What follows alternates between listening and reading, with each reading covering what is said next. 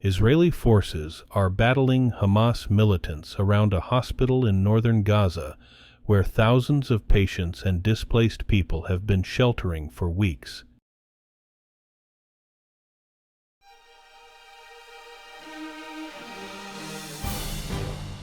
Today is Tuesday, November 21st, 2023, and this is the Dunkley Report. Israeli forces are battling Hamas militants around a hospital in northern Gaza, where thousands of patients and displaced people have been sheltering for weeks. The fighting has raised Palestinian fears of another painful standoff and evacuation of a medical facility after recent clashes near another hospital in Gaza City. The Gaza Health Ministry said Monday that a shell struck the second floor of the Indonesia hospital, killing at least 12 people.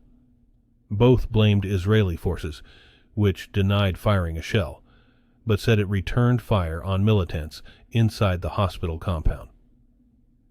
Despite the fighting, some 200 patients and their companions were evacuated from the facility on Monday. That follows the evacuation to Egypt of at least 28 premature babies from Shifa Hospital.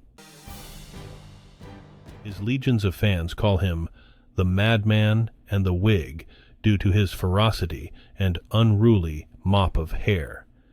Javier Milei refers to himself as the Lion. The 53-year-old economist has rocked Argentina's political establishment and become president of South America's second-largest economy. A few years ago, Milei was a television talking head whom bookers loved because his screeds against government spending and the ruling political class boosted ratings. His election success has come from inserting himself into what has long been effectively a two-party system by amassing a groundswell of support with prescriptions for drastic measures to rein in soaring inflation, and by pledging to crusade against the creep of socialism in society. The company that created ChatGPT is in turmoil after Microsoft hired its ousted CEO, and many more employees threatened to follow him in a conflict that centered, in part on how to build artificial intelligence that's smarter than humans. The developments followed a weekend of drama that shocked the AI field and fueled speculation about the future of OpenAI. The startup's new CEO vowed to investigate the firing of co-founder and CEO Sam Altman. He's been instrumental in OpenAI's transformation from a nonprofit research laboratory into a world-renowned commercial startup that inaugurated the era of generative artificial intelligence. Microsoft announced that Altman and OpenAI's former president, Greg Brockman, would lead its new advanced AI research team. A federal appeals court appears inclined to reimpose at least some restrictions on Donald Trump's speech in his election subversion case.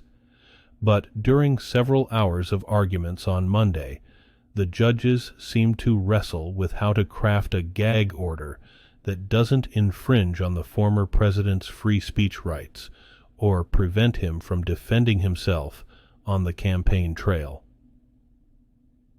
The three judges on the panel asked skeptical and at times aggressive questions of attorneys on both sides while weighing whether to put back in place an order from a trial judge that barred Trump from inflammatory comments against prosecutors, potential witnesses, and court staff. President Joe Biden has spent part of his 81st birthday observing the White House tradition of pardoning Thanksgiving turkeys. Gobblers. Liberty and Bell received executive clemency Monday at a White House ceremony. Biden mentioned his age and joked that he wasn't at the first of these events held 76 years ago. The 20-week-old 42-pound birds were hatched and bred in Wilmar, Minnesota, by the Jenny O. Turkey Company for the occasion. The turkey pardon ceremony marks the unofficial start of the holiday season in Washington. On Monday, Jill Biden also welcomed delivery of a Fraser fir from North Carolina as the official White House Christmas tree. U.S. Defense Secretary Lloyd Austin has made an unannounced visit to Ukraine, traveling to Kiev by train from Poland. Austin is making a high-profile push to keep money and weapons flowing to Ukraine, even as U.S. and international resources are stretched by the new global risks raised by the Israel-Hamas conflict. In Kiev, he met Monday with President Volodymyr Zelenskyy, Ukraine's defense minister and chief of staff, and announced that the U.S. would be sending an additional $100 million in weapons. Austin says Ukraine's effort to defeat Russia's forces matters to the rest of the world, and U.S. support will continue for the long haul. Rosalynn Carter drew the nickname Steel Magnolia when she arrived in Washington as First Lady, but that almost certainly undersold how vital her role was alongside the 39th president, and how much of an impact she made in her own right as Jimmy Carter's political partner and fellow global humanitarian. She sat in on cabinet meetings and was his confidant and closest advisor.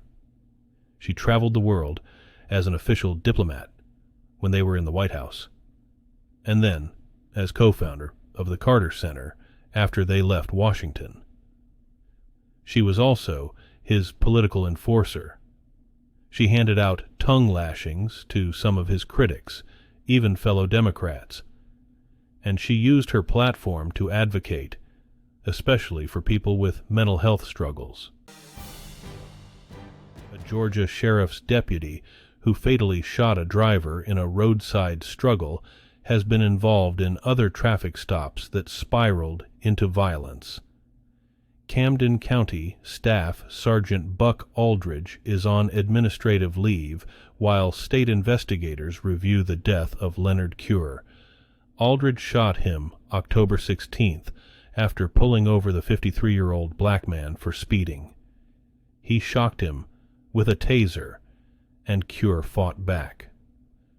The Associated Press reviewed records showing Aldridge was fired by a police department in 2017 for using excessive force, and body camera video from 2022 shows Aldridge punching a driver who had just crashed a car during a chase. Sheriff Jim Proctor declined to comment. You can't go anywhere these days without hearing or seeing something that has to do with Eagles center Jason Kelce and his younger brother, and Chiefs tight end Travis Kelce. Big Brother was dubbed one of the sexiest men alive by the magazine People. Travis Kelce is dating pop superstar Taylor Swift. Both are part of one of the hottest podcasts anywhere, and together they have transcended the NFL to become bona fide stars. Oh, and they meet again on Monday night when the Eagles visit the Chiefs in a rematch of the Super Bowl. The Eagles are 8-1 leading the NFC, while the Chiefs are 7-2 and atop the AFC. China's top diplomat welcomed 4 Arab foreign ministers and the Indonesian one to Beijing, saying his country would work with our brothers and sisters in the Arab and Islamic world to try to end the war in Gaza as soon as possible. The ministers from Saudi Arabia, Egypt, Jordan, the Palestinian Authority, and Indonesia chose to start a tour of world capitals in Beijing, a testament to both China's growing geopolitical influence and its long-standing support for the Palestinians. They are joined Monday by the Secretary General of the Organization of Islamic Cooperation. China has long backed the Palestinians and been quick to denounce Israel over its settlements in the occupied territories. Today's news was reported by the Associated Press. This has been the World News for Tuesday, November 21st. Thanks again for joining us at The Dunkley Report.